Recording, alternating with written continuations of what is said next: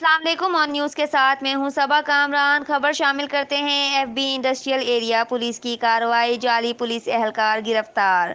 मुलजिम की शनाख्त एहसन वल्द अब्दुल गफ्फार के नाम से हुई। मुलजिम पुलिस वर्दी की पी कैप लगाकर और अपनी मोटरसाइकिल पर एक्साइज पुलिस का निशान लगाकर दौरान चेकिंग पुलिस नाके पर अपने आप को सरकारी एहलकार बावर करा रहा था। मुलजिम पहले भी थाना अजीज़ाबाद से मोटरसाइकिल चोरी जबकि थाना समनाबाद से नाजायज़ असले के मुकदमात में गिरफ्तार होकर जेल जा चुका है।